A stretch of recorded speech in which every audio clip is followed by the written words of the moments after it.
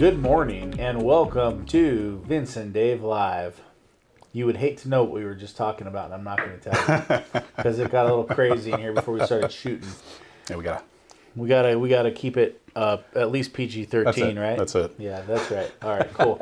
I'm Dave Westcott, CEO of Evergreen Brands and TransBlue, and this is Vince Ortiz, Vice President of Franchise Development.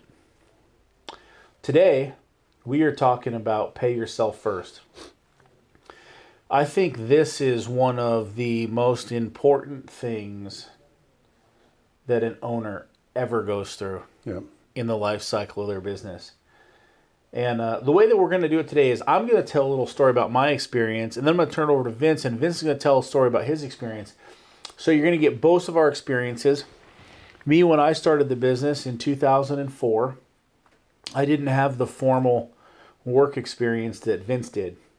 So Vince had a couple of step-ups on me at that particular moment. And so he came from corporate America, as you know, and he was with Clark Security, 20 years or something? Yeah, just under 20 years. Just under 20 years. Mm-hmm. And then you started a franchise. Right. That was also a little helper that you had that I didn't. Yeah. Gosh, I wish I would have bought a franchise back then. The franchise is so nice, right? Oh, it is. You got cheerleaders. Yeah. They establish KPIs for you. Yeah, you got processes in place. You don't have to figure any of that out. You know how much of my life I wasted figuring things out? I think like the whole thing. Yeah. I touch a lot, though. I know you did. That's because you're Vince Ortiz. King of the jungle is what we call him around here. As you can tell, we have a good time with this, so hopefully that doesn't offend you.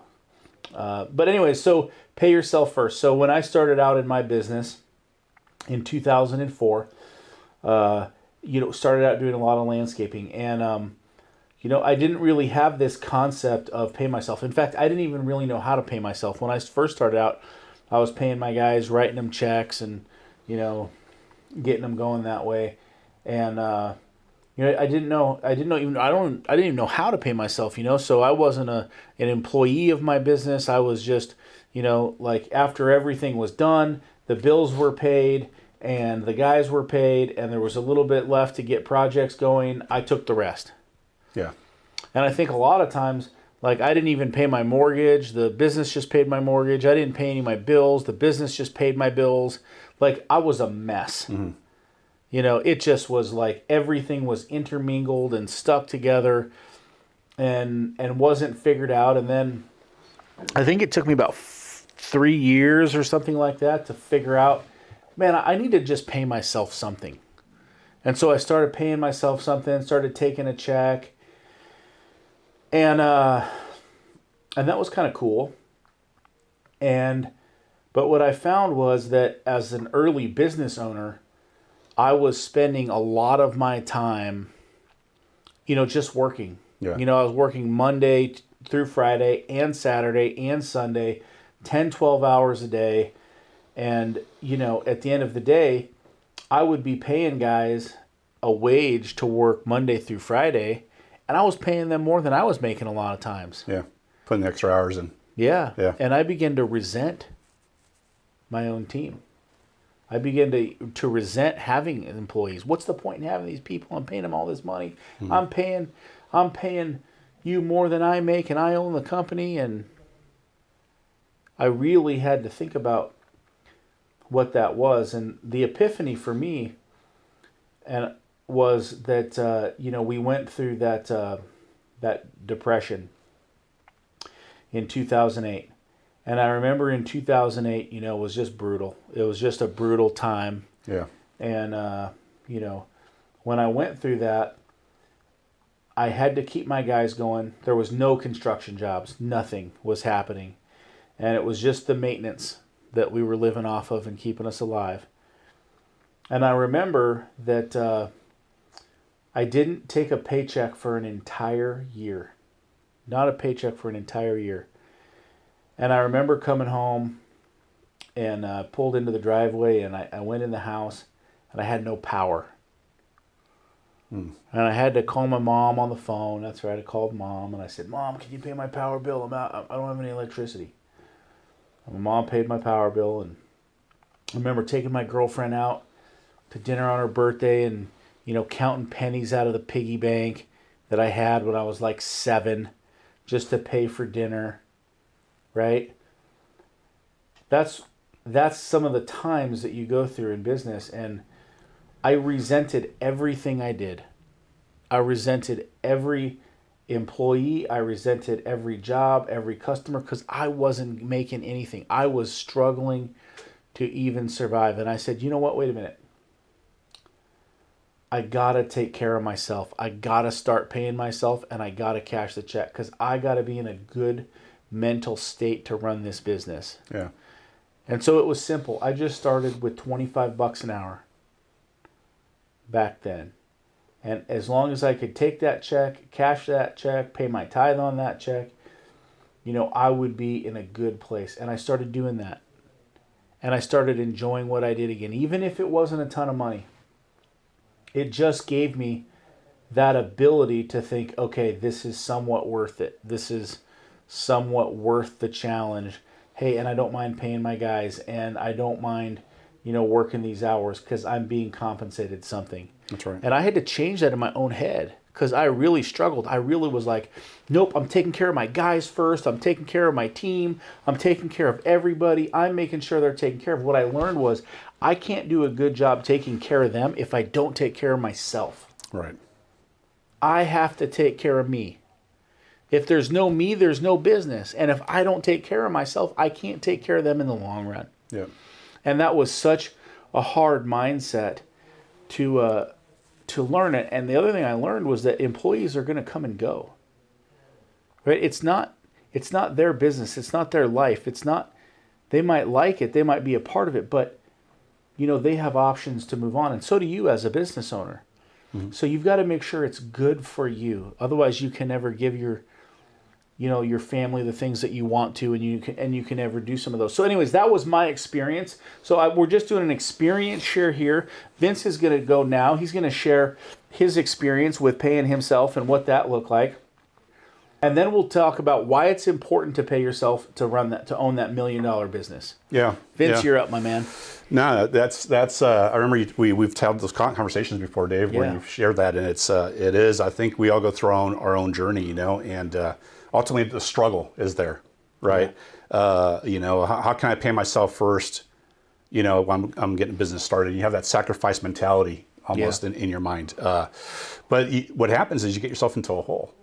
I mean, that's the way I feel about it, and in my story, and quite frankly, it's even a lot of the stories I hear about and talking to folks, in our franchise system, looking at our franchise system, folks that have had a career, and knowing that you're going to start a startup or whether you're franchising or an independent type business, that you kind of look at it backwards almost, but the reality is what you said, Dave, is that you have to take care of yourself. Mm-hmm. Even if it's a small amount, because ultimately the idea is to grow. The idea is to build your business, and then, of course, with that, you reap some more of those rewards. Yeah. You give yourself a raise. Absolutely. Right? And so, you know that you're going to go from maybe a corporate America, a type of role, and similar to, in my case, that's what it was. And you're making a good living. You have all the perks that come with that. But when you get into a business and you're starting it, the reason why we got into business is something you got to hold on to. Yeah. The reason we got into making that change was for our families. Yeah. Was to build build in our community, build those relationships and those bonds with building a team as well. But in order to do that, you really got to really take care of yourself first. Back to what Dave was saying, and you realize that you're going to pay yourself not quite what you used to earning, but you do got to pay yourself something. To your point. Keep yourself, that gives you that consistency, and if you're married, helps you stay married. That's super important on the checklist. That's it. We've got a checklist of things we got to do, and we got to eat, and we got to take, and we got to stay married. That's it. And in that order. In that order. And the light bill. Got to keep the light bill on. That's right. But the idea is that you have a plan.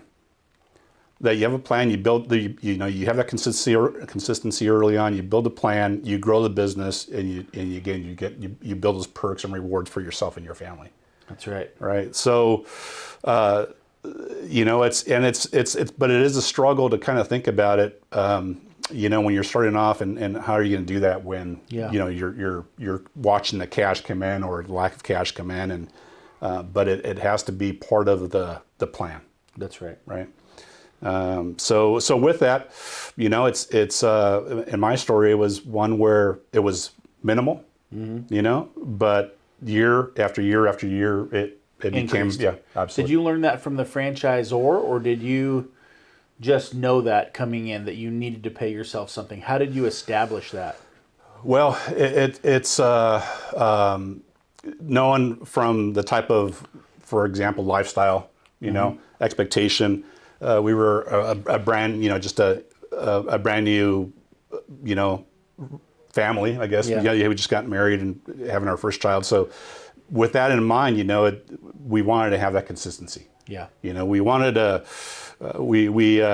obviously when you start a business, you need to have that liquid capital to carry you through. Right. Right. But that's separate from your actual salary. So I learned that from just my experience in business, what I wanted for my family, it wasn't going to carry us.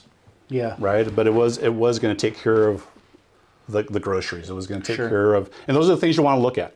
When you start off, what is the minimal dollar amount that will carry you through? Yeah. Right. Whether And that makes you feel good, right? That makes you feel, It just feels good to Yeah. do something. Absolutely. I'm contributing. Yep. Because it wouldn't feel good if you were coming home every day and the wife's checks were paying the bills and it was like, oh, we didn't bring home anything again today. Right. And we didn't, and that wears on you as a man, right? It does. It's, or as a woman, whoever is in that role. Yeah. Well, we've had some discussions, even our own team, people that have owned businesses, just what that whole experience is like, and all of that discussion comes in, right? Where you, it's about progressing and moving forward. If you get yourself in a hole where you can't get out of, then it's those statistics that we talk about, about businesses that don't succeed, right? And so that's just an important aspect of it is identifying what is needed in your own special situation, and making sure you're covering that, right? Yeah. And what it is now, for instance, if you start now and what it is a year from now, could completely change. Completely change. Yeah. That's right. And how do you feel about paying employees more than you're taking home?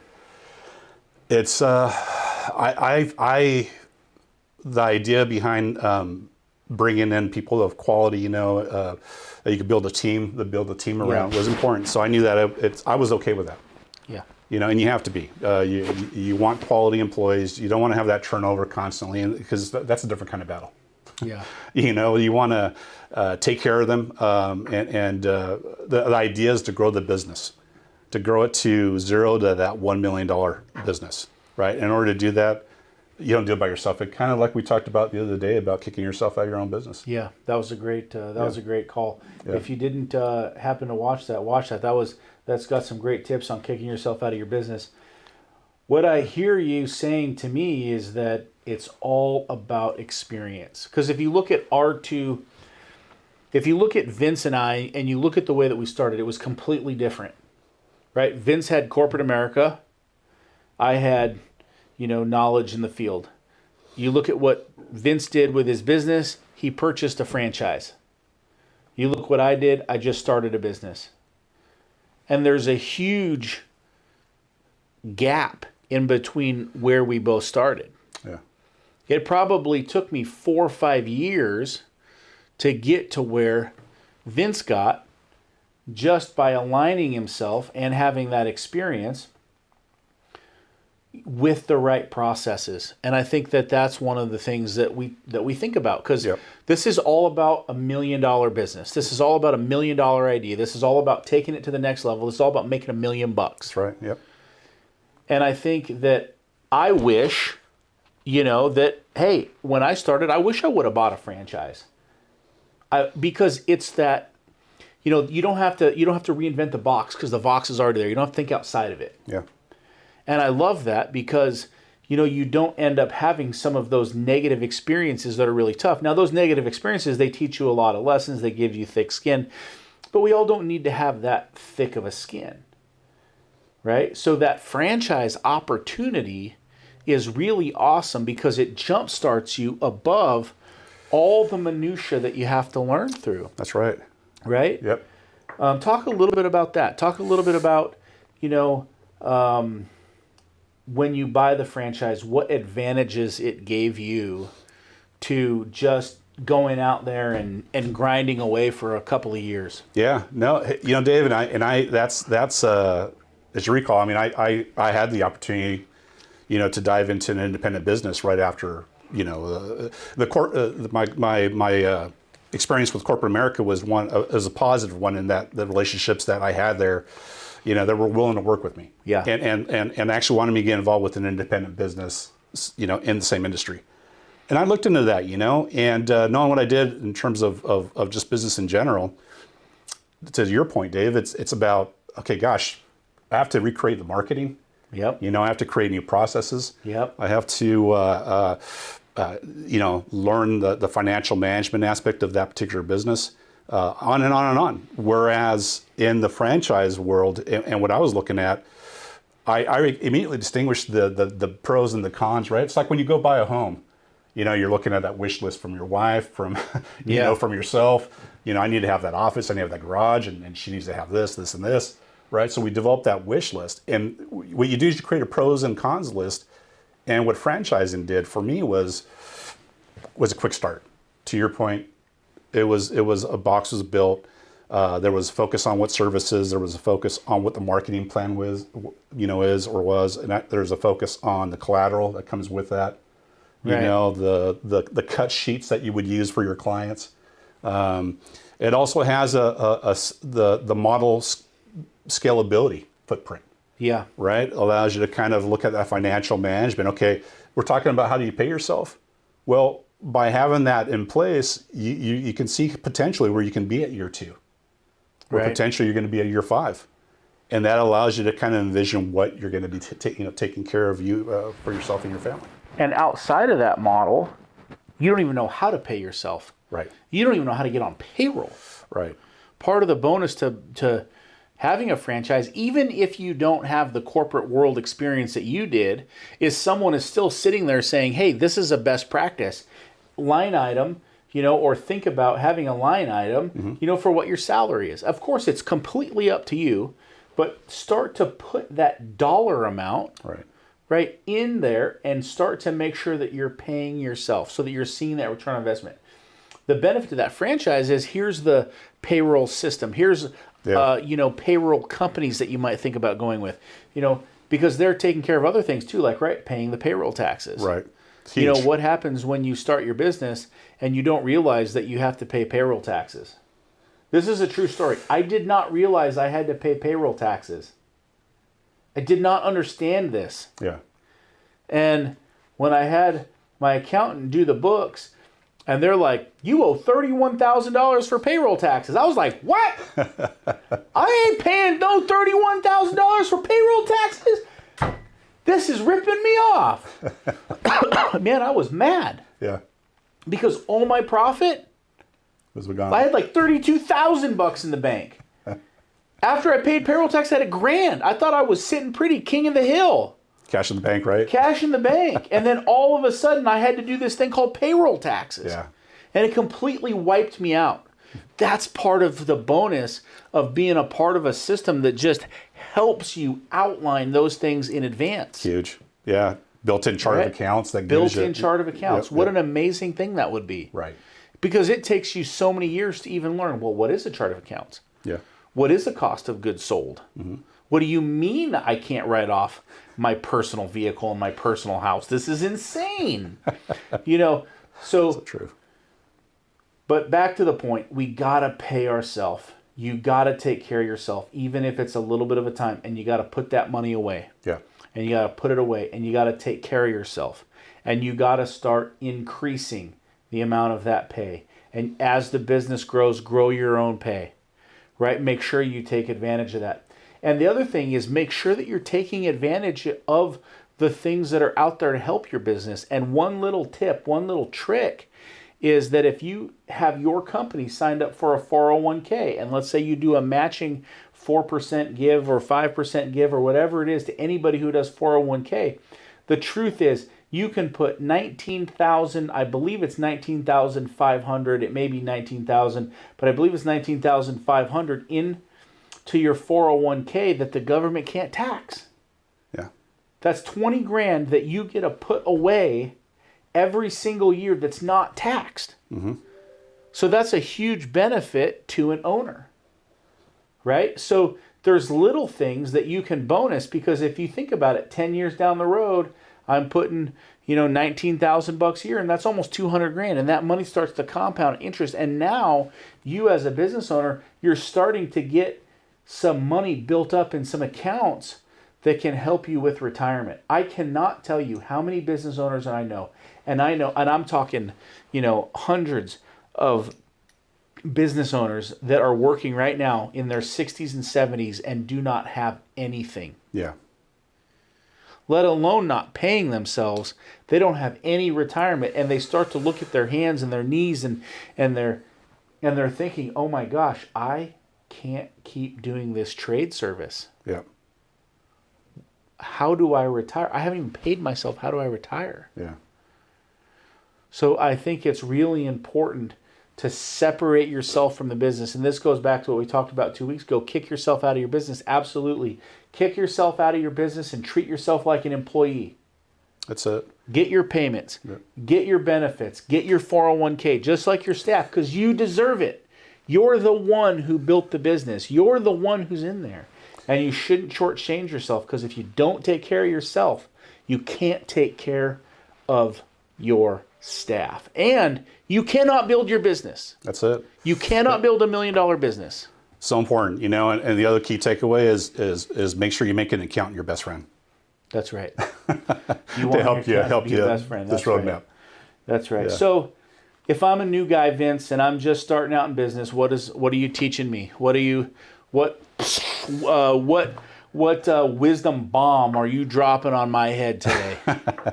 Just like we talked about, is have that plan. Know that we're not talking about day 1 to month 3 or month 6. We're talking about the 5-year, 10-year, 15-year, 20-year plan. That's right. And in order to do that, then it helps you really understand holistically, where you're at now, but where you need to go. And by doing that, you're going to get there. Yeah. And again, back to franchising, you have that model, you have that scalability outlook, and then make sure that you bring in that accountant piece, the bookkeeping piece early on, yeah, to help right you with away. those different buckets that you're talking Right about. away. Yep, absolutely. Yeah, those are great tips. And I think that when I'm looking at a business, I would rather buy. Well, I think about it like this as we close. Yeah. My kid loves Legos. How many of you guys got kids out there who love Legos? Been there. Cool. So you've been there. You're out of that phase now. What would you rather have? The box of Legos that you buy off the shelf with the instructions that tell you how to build it, or a miscellaneous, box of Legos that has 1 million random pieces, and your kid brings you a picture and says, "Build this"? That's it. I think that's the difference that we're talking about. Yep. What do you want? The business in the box on the shelf with the instructions? Mm-hmm. Or do you just want a random mess to dig through and try to build the picture? Yeah. And I think that, that's what business is, and that's building $1 million business. Use a blueprint of somebody else who's been successful. Learn from their mistakes. Learn from the things they haven't done well or done right. And take your business to the next level. Any closing thoughts, Vince? No, that's it. Just follow that box with instructions, and make sure you don't get that box where things are missing. Yeah, totally. That's the one we don't. That's the one we hate. That's it. Right? We absolutely hate that one. Yeah. Check us out, transbluefranchise.com. I'm Dave. This is Vince. We had a great time with you today, and we look forward to being here again in 2 weeks. Same bat time, same bat channel. Dave and Vince.